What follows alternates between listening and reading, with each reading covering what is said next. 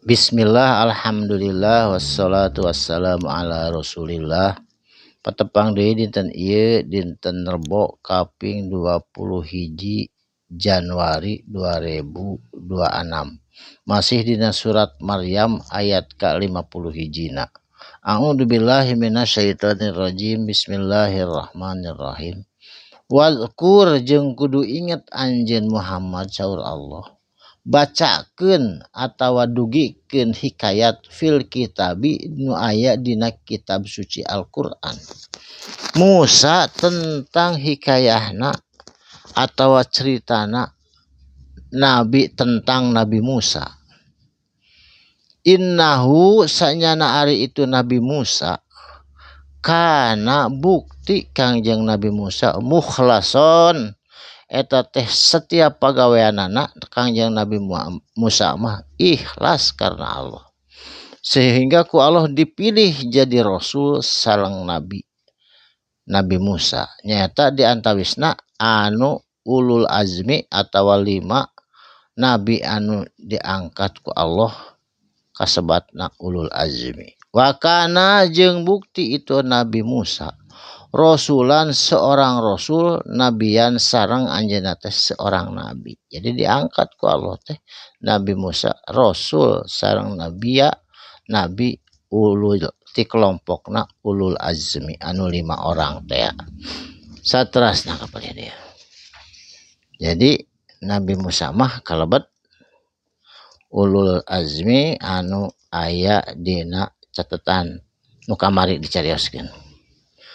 Saterasna wanadainahu jeung ngagero hu ka Nabi Musa ku Allah min janibi dina sagigireun turin gunung Tursina di padang di padang badang pasir gurun di mana lembah eta teh lembah Turi nyaeta Tursina al Yamini sabelah katuhuna gunung Tursina. Wa qarrabnahu jeung dideketkeun hu itu Nabi Musa najian kana munajat ka Allah langsung tanpa perantara. Jadi dialog langsung Nabi Musa sareng Allah di gunung Tursina sabelah katuhuna di gigireunana. Ketika itu bade ka Mesir nyanak istrina da istrina mah ditinggalkeun rada tebih. Teras nyamperkeun kana seuneu teras aya nu ngagero. Ternyata nu ngagero teh anu manggil teh Allah Subhanahu wa taala. Wa wahabna jeung kami karuniakeun lahu ka itu Nabi Musa mir rahmatina ti rahmat kami ahohu nyaeta dulurna Nabi Musa Haruna Nabi Harun nabi ya juga seorang nabi.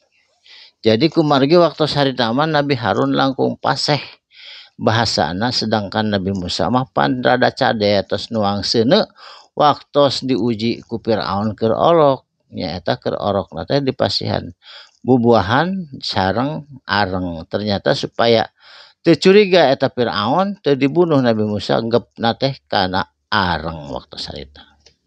Saterasna wadkur jeung kudu inget anjeun Muhammad fil kitabi dina kitab suci Al-Qur'an. Bacakeun ku anjeun ceritakeun ku anjeun Ismaila oge tentang kisahna Nabi Ismail. Nabi Ismail teh saha? Eta teh kakek moyangna Kangjeng Nabi Muhammad. Jadi ti Nabi Ismail ka Kangjeng Nabi Muhammad teh 28 turunan, 28 generasi. Innahu sanyana ari itu Kangjeng Nabi Ismail kana bukti sodikol wa'di. Jadi Kangjeng Nabi Ismail masuk bener dina janjina. Janji ka Allah, janji ka diri sorangan, janji ka batur teu pernah meleset dina janjina. Yakin Nabi Ismail mah teu pernah ingkar janji.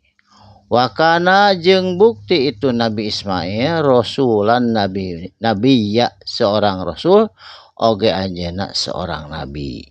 Eta keturunan ti Ibrahim tapi tinu anom tegasna ti Siti Hajar anu dilahirkeunana di kota Mekah. Ari Ishak mah dilahirkeunana di Baitul Maqdis di Palestina. Wakana jeung buktos ari itu Nabi Ismail ya muru ahluha marentahkeun ka ahlina bis sholati kana salat wa zakati jeung kana zakat same Nabi Isa ge kitu kana salat jeung kana zakat. Wakana jeung bukti itu Nabi Ismail inda rabbihi di sisi pangeran Nabi Ismail tegasna Allah Subhanahu wa taala mardian anu dipikarido dunya sareng akhiratna. Jadi Nabi Ismail teh eta mah teu aya nabi deui taat saatosna Nabi Ismail mah langsung 28 generasi ka Kangjeng Nabi Muhammad dilahirkeun deui Nabi Muhammad sallallahu alaihi wasallam. Upami Siti Hajar mah eta mah ka Bani Israil khusus. Jadi ke seluruh alam anu aya semesta ieu mah ti Kangjeng Nabi Muhammad sallallahu alaihi wasallam tegasna putra moyangna Nabi Ismail anu ka-28. Barakallahu li wa lakum. Mugi aya manfaatna. Sadaqallahul adzim. Wassalamualaikum warahmatullahi wabarakatuh.